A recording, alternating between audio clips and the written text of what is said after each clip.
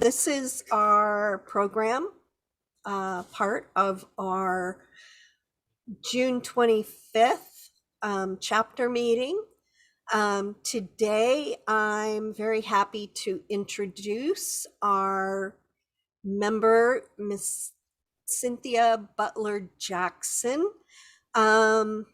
She is an existential writer, poet, spoken word artist, history realist, freedom activist, and humanitarian, socially seeking ways to promote better well-being for all mankind without self-sacrificing.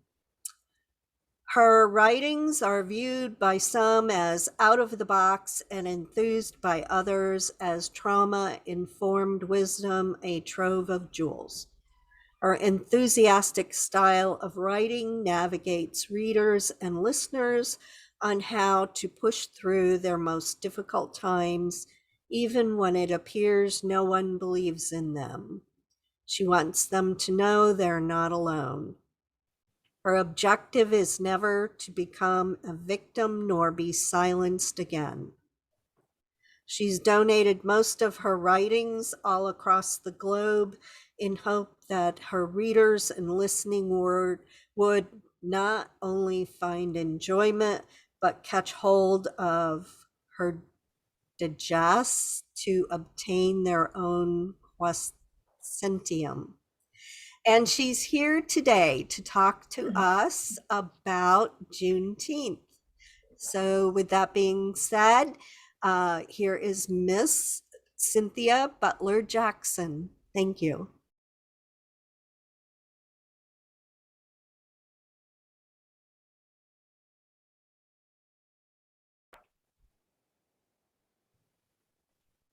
Okay, my piece here is called Mirrored Chain.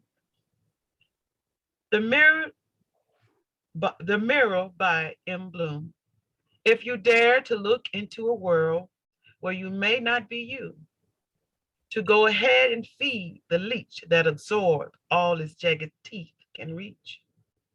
For the reflection takes all you are, every bruise and jagged scar, and puts them for you to plainly see, or at least so it believes. For the mirror can only steal what one chooses to reveal, as every secret in every story remains privately concealed. My mirror reflects those leeches, chains of silent segregation, symptomatic oppression, racism, and suppression. Goddamn, I'm tired of them sucking the life out of me. Those mirror chains. Before going to bed, I always said my prayers, claiming the 23rd Psalm. One night I'd had this nightmare where I was being held in captivity along with people like me. A people choked by leeches, which symbolizes system of racism, oppression, and suppression. Kept like animals, totally controlled by a harsh system that locked people like me between chain link fence and iron gates, which symbolize the walls of segregation.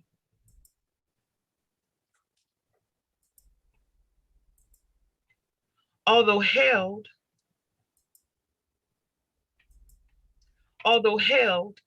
we were allowed to play, dance, laugh, cook, work, get married, and go to school, but only inside our perimeter.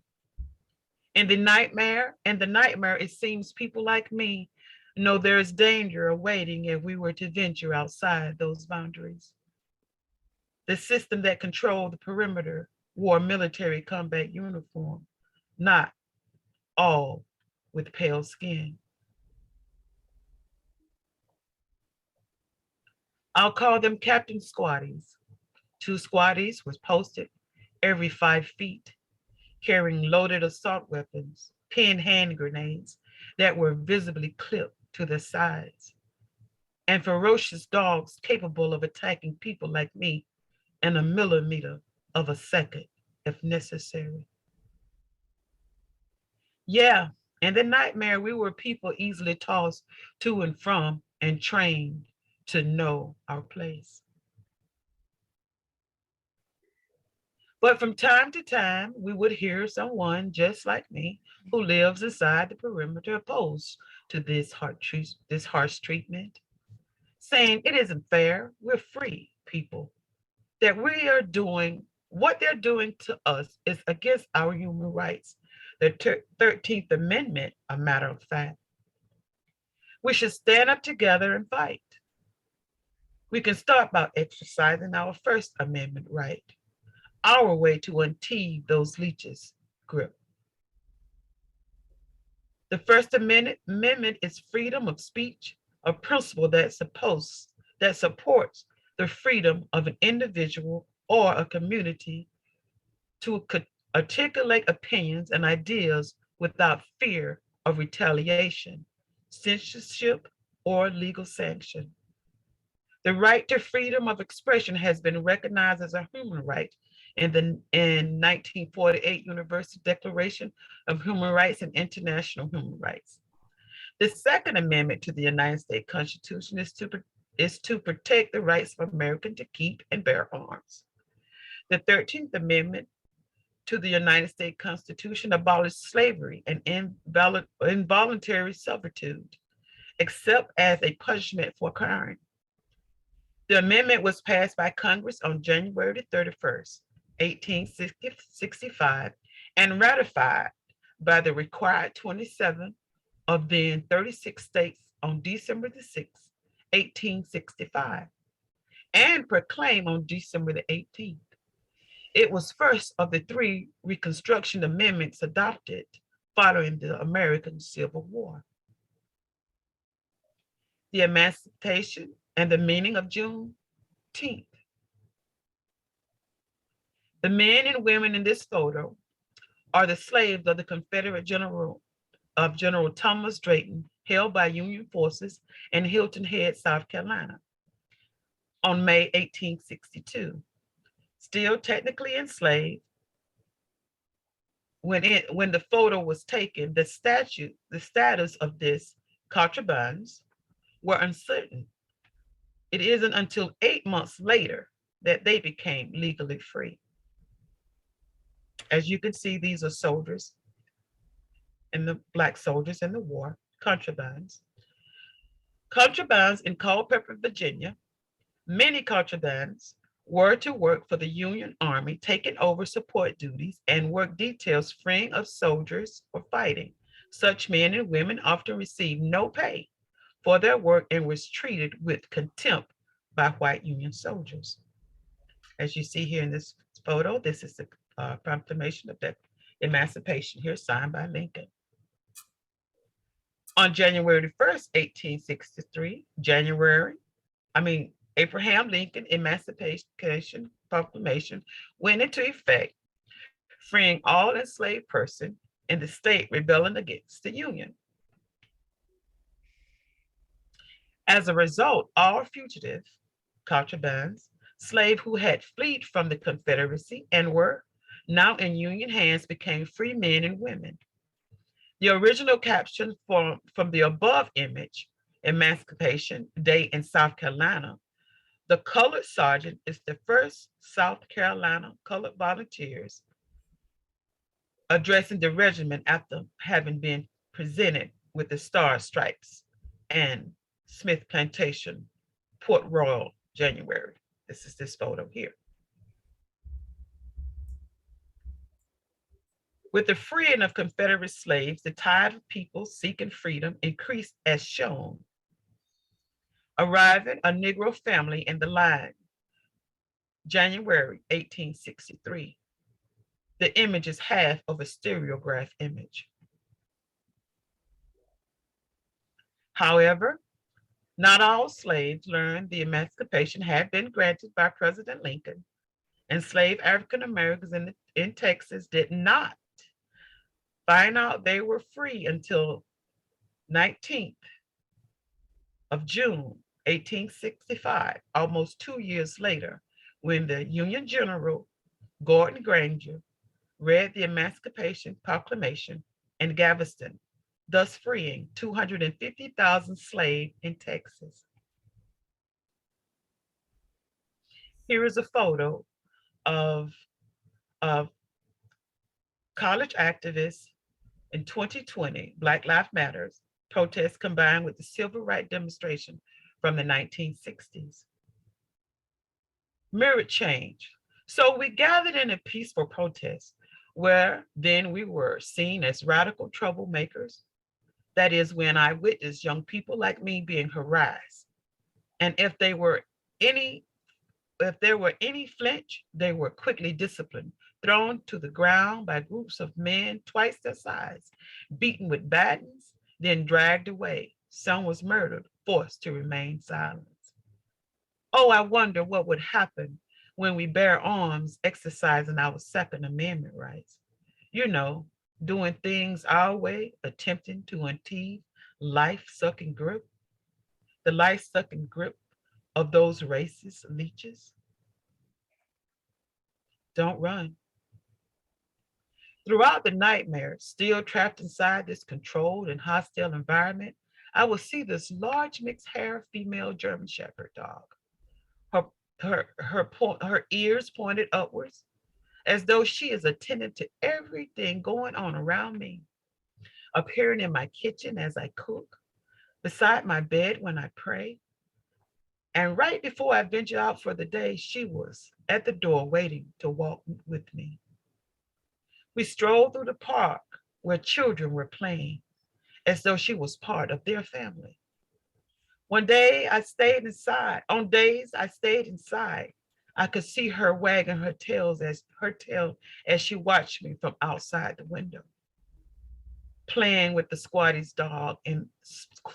and their dogs. I saw her standing near the card table, moving her head back and forth as she watched each card plummet down on the table from the winner's hand. Then, just as mysterious of her appearance, she would disappear. I couldn't decipher whether she was real or just a mirage because she wore no chains nor tag collar bound around her neck. She never barked, not once did I feed her, nor did I ask, nor did she ask for a drink of water. As you can see, there's a shadow image of a dog looking through my window.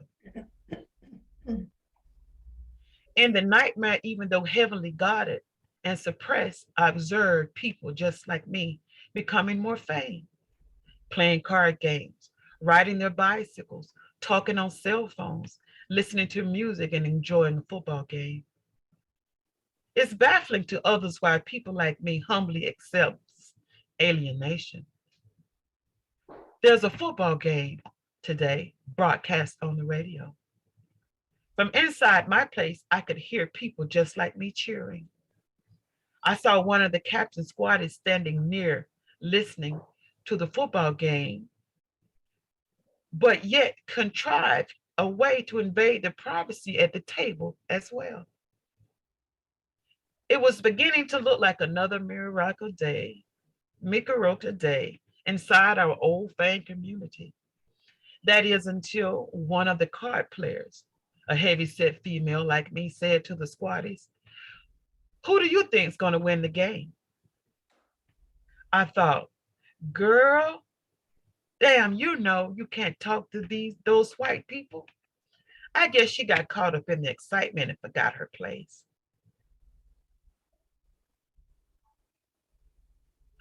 Just like that, our Mikarota Day quickly became a crazy man hubbub for combat. Before I knew, I heard some crinkle crankle. Get ready, a breach has been committed. There's been a radical insertion. I know I heard something which sounded like get ready to attack or something like that.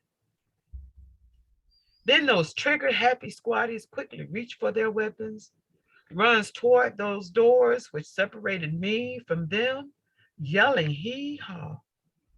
Then came the stampede, women, children, men running for their lives, leaving food and drinks behind. That female at the card table led the stampede. Unpredictably, everyone ran but me. I didn't run. Run for what? I've done nothing wrong. I'm in my home, in my segregated community, compelled inside these God forbidden perimeters. That door that separated me from my oppressors came crashing down. Those heavily armed swarties had broken into my home with their weapons drawn, their fingers gripped tightly on the trigger. I stood there alone without any means of weapon to protect myself. I just knew I was dead. I just knew it was the end of me. But somehow I felt I was covered. Yea, though I walk through the valley of the shadow of death, I shall fear no evil, for you are with me. Your rod and your staff comforts me. All of a sudden, out comes my inner beast. It's that German shepherd wearing out with my mirror bolted chains. Mightily she breaks free, hurdles on top of the door, for she's ready to meet force with force, pounding the floor with her paws, her veins protruded, ferociously barking, growling, and ready to defend me in a millimeter of a second. Compelled by the spirit to the almighty dog lovers, those squatties quickly recoil their weapons and vanish into thin air, as did that German shepherd. So I believed, leaving an everlasting mirror image of victorious me. Thus I receive, I broken free from those bolted chains that held me bondage, that I with veneration unteethed the leech absorbing grip. When I stood my ground against silent segregation, racism, systematic suppression, and oppression, even though it was just a terrible dream, at least I believed. Thank you. Mm.